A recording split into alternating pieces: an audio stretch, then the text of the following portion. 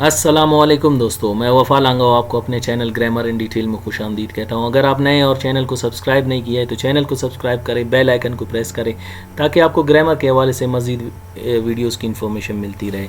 आज हम डिस्कस करेंगे डाई ट्रांजिटिव वर्ब रेंडर, जिसके मानी है पेश करना, फराम करना, दे देना वगैरह।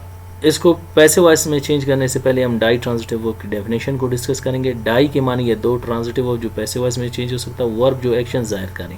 सो those verbs which need two objects, ऐसे वर्ब्स जिनको दो ऑब्जेक्ट की ज़रूरत हो, and can be changed in passive voice in 4 ways, और हम इनको पैसिव वॉइस में 4 तरीके में चेंज कर सकते हैं। उनको डाई या डी ट्रांजिटिव वर्ब्स कहते हैं। डाई ट्रांजिटिव वर्ब्स को एक डायरेक्ट ऑब्जेक्ट की ज़रूरत होती है, एक इनडायरेक्ट। डायरेक्ट ऑब्जेक्ट के मानी है ऑल नॉन लिविंग्स, यानी गैर जानदार, जितने भी गैर जानदार हैं उनको हम डायरेक्ट ऑब्जेक्ट कहेंगे।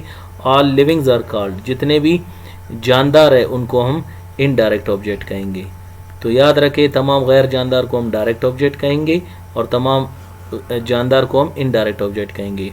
अभी हम डिस्कस करेंगे रेंडर को, कि आप इनको कैसे जुमलों में चेंज करेंगे, और अगर आप एक ऑब्जेक्ट लगाएंगे तो मानी कैसे नामुकम्मल होगा। देखो, मैं कहता हूँ ई रेंडर्स मी, वो मुझे पेश करता है। अब वो मुझे पेश करता है, क्या पेश करता है, उसके लिए आपने दूसरा ऑब्जेक्ट लगाना होगा। मैं कहता हूँ he renders a cup of T.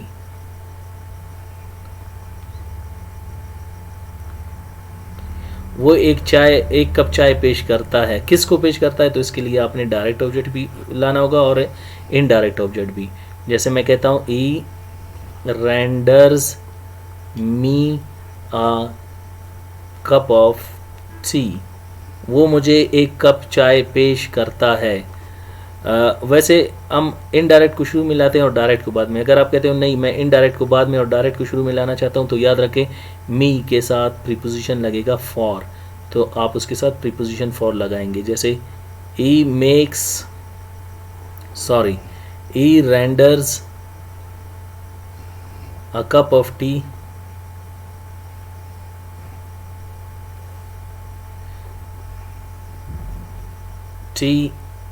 for me, वो एक कप चाय मेरे लिए पेश करता है। वो मेरे लिए एक कप चाय पेश करता है, वो एक कप चाय मेरे लिए पेश करता है।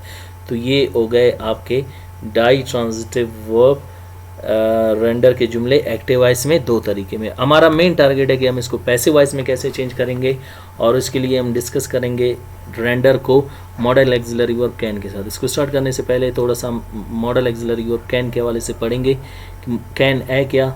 हम इससे पहले ऑलरेडी डिस्कस कर चुके हैं मस्ट, फिर उसके बाद हमने डिस्कस किया modal auxiliary verb ought to, फिर ऑट टू के बाद हमने डिस्कस किया मॉडल एक्सिलरी वर्ब शुड, और आज हम डिस्कस करेंगे मॉडल एक्सिलरी वर्ब कैन।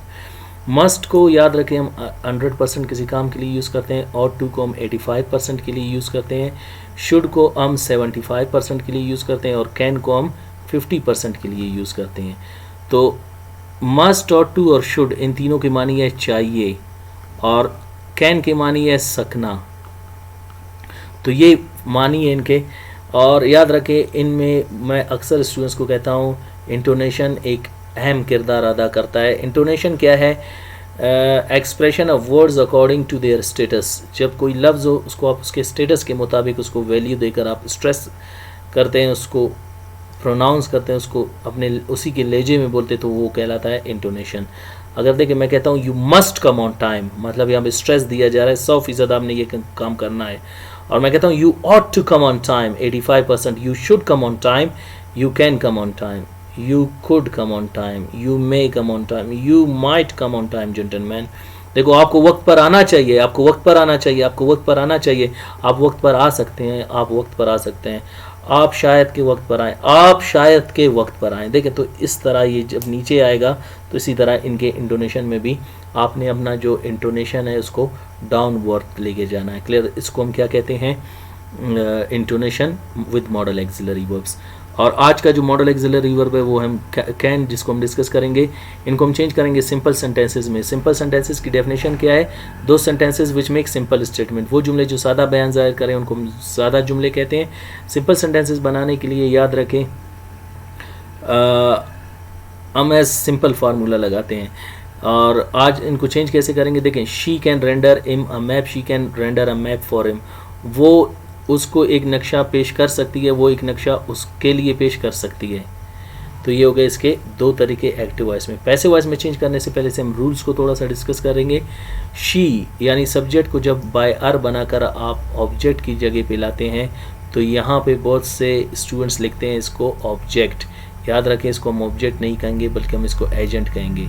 और एजेंट को उर्दू में हम क्या कहते हैं, काम करने वाला। और इसकी डेफिनेशन क्या है, tells us who does an action.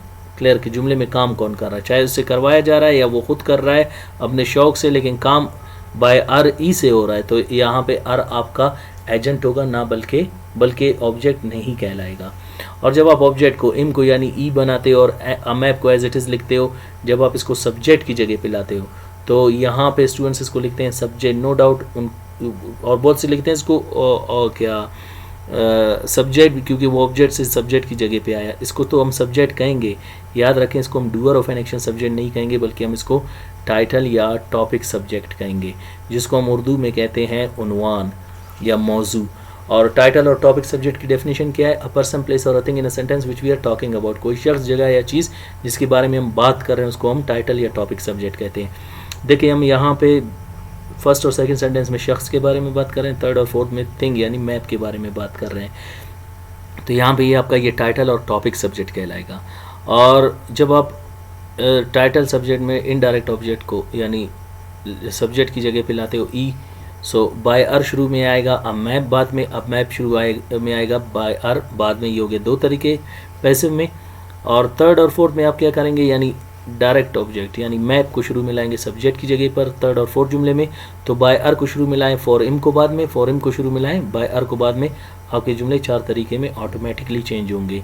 देखें, he can be rendered by her a map, he can be rendered a map by her, a map can be rendered by her for him and a map can be rendered for him by her. कान को यहाँ से पकड़ें या वहाँ से, कान ही होता है, लेकिन यहाँ पे देखिए इन सब का ट्रांसलेशन एक ही होगा, थोड़ा सा इनमें सीक्वेंस चेंज होगा लेकिन बात वही एक ही होगी। देखिए, मैं कहता हूँ वो उसको एक नक्शा पेश कर सकती है, वो एक नक्शा उसको पेश कर सकती है, उसको उसके ज़रिए एक नक्शा पेश किया जा सकता है, उसको एक नक्शा उसके ज़रिए पेश किया जा सकता है, नक्शा उसके ज़रिए उसको पेश किया जा सकता है, नक्शा उसको उसके ज़रिए पेश किया जा सकता है। अगर यहाँ पे हम यू लिखते तो थोड़ा सा इंटरेस्टिंग होता, लेकिन समहाउ लेक्चर ऑलरेडी प्रिपेयर्ड है स्लाइड में, तो हम इसी तरह इसको डिस्कस करेंगे। नेगेटिव सेंटेंसेज, मनफी जुमले, those sentences in which we reject this statement, deny this statement, refuse this statement are called negative sentences. यानी वो जुमले जिनमें हम बयान को इनकार करते हैं, रद्द करते हैं, नहीं मानते, उनको हम मनफी जुमले कहते हैं। She can not render him a map, she can not render a map for him. He cannot be rendered by R a map, he cannot be rendered a map by R, a map cannot be rendered by R for him, a map cannot be rendered for him by R। वो उसको एक नक्शा पेश नहीं कर सकती है, वो एक नक्शा उसको पेश नहीं कर सकती है, उसको उसके ज़रिए एक नक्शा नहीं पेश नहीं किया जा सकता है, उसको एक नक्शा उसके ज़रिए पेश नहीं किया जा सकता है, नक्शा उसके ज़रिए उसको पेश नहीं किया जा सकता है, नक्शा उसको उसके ज़रिए पेश नहीं किया जा सकता है। तो आप उसको उसके ज़रिए उसको इसको अपने जहन में रखना है। इंटरोगेटिव सेंटेंसेज यानी सवालिया जुमले, those sentences in which we ask question put queries are called interrogative sentences. वो जुमले जिनमें हम सवाल पूछते हैं उनको हम सवालिया जुमले कहते हैं। Can she render him a map, can she render a map for him. Can he be rendered by her a map, can he be rendered a map by her, can a map be rendered by her for him, can a map be rendered for him by her. क्या वो उसको एक नक्शा पेश कर सकती है, क्या वो एक नक्शा उसको पेश कर सकती है, क्या उसको उसके ज़रिए एक नक्शा पेश किया जा सकता है, क्या उसको नक्शा उसके ज़रिए पेश किया जा सकता है, क्या नक्शा उसके ज़रिए उसको पेश किया जा सकता है, क्या नक्शा उसको उसके ज़रिए पेश किया जा सकता है। नेक्स्ट हमारे पास है फॉर्मल सेंटेंसेज। इनका कंप्लीट नेम है नेगेटिव इंटरोगेटिव फॉर्मल सेंटेंसेज, यानी मनफी, सवालिया, रस्मी जुमले, अदबी जुमले। Those sentences in which we ask question, deny the statement, we ask them in a formal way, polite way, respective way. वो जुमले जिनमें हम सवाल पूछते हैं, बयान को इनकार करते हैं, उन्हें रस्मी तरीके से, अदबी तरीके से, अपने से बड़ों के साथ या उनके साथ जिनके साथ आप क्लोज नहीं है यूज़ करते हैं, उनको हम फॉर्मल सेंटेंसेज कहते हैं। Can she not render him a map, can she not render a map for him. Can he not be rendered by her a map, can he not be rendered a map by her. Can a map not be rendered by her for him and can a map not be rendered for him by her. क्या वो उसको एक नक्शा पेश नहीं कर सकती है, क्या वो एक नक्शा उसको पेश नहीं कर सकती है, क्या उसको उसके ज़रिए एक नक्शा पेश नहीं किया जा सकता है, क्या उसको एक नक्शा उसके ज़रिए पेश नहीं किया जा सकता है, क्या नक्शा उसके ज़रिए उसको पेश नहीं किया जा सकता है, क्या नक्शा उसको उसके ज़रिए पेश नहीं किया जा सकता है। लास्ट हमारे पास है इनफॉर्मल सेंटेंसेज यानी गैर रस्मी जुमले। Those sentences in which we ask questions, deny the statement and we ask them in informal way. वो जुमले जिनमें हम सवाल पूछते हैं, बयान को इनकार करते हैं, उन्हें गैर रस्मी तरीके से, बेअदबी तरीके से, अपने सचोटों के साथ या दोस्ताना माहौल में दोस्तों के साथ यूज़ करते हैं, उनको हम इनफॉर्मल सेंटेंसेस कहते हैं। इनफॉर्मल सेंटेंसेस को उर्दू में गैर रस्मी जुमले कहते हैं और इनका कंप्लीट नेम है नेगेटिव इंटरोगेटिव इनफॉर्मल। सवालिया मनफी गैर रस्मी जुमले। कैन नॉट का शॉर्ट फॉर्म होगा can't. Can she render him a map, can she render a map for him. Can't he be rendered by her a map, can he be rendered a map by her. Can't a map be rendered by her for him, can't a map be rendered for him by her. क्या वो उसको एक नक्शा पेश नहीं कर सकती है, क्या वो एक नक्शा उसको पेश नहीं कर सकती है, क्या उसको उसके ज़रिए एक नक्शा पेश नहीं किया जा सकता है, क्या उसको एक नक्शा उसके ज़रिए पेश नहीं किया जा सकता है, क्या नक्शा उसके ज़रिए उसको पेश नहीं किया जा सकता है, क्या नक्शा उसको उसके ज़रिए पेश नहीं किया जा सकता है। तो ये हो गए डाई ट्रांजिटिव वर्ब रेंडर के जुमले मॉडल एक्सिलरी वर्ब कैन के साथ। उम्मीद करता हूँ आज का लेक्चर आपको समझ आ गया होगा। मिलते हैं अगले लेक्चर में, अपना ख्याल रखिएगा। अल्लाह हाफ़िज़।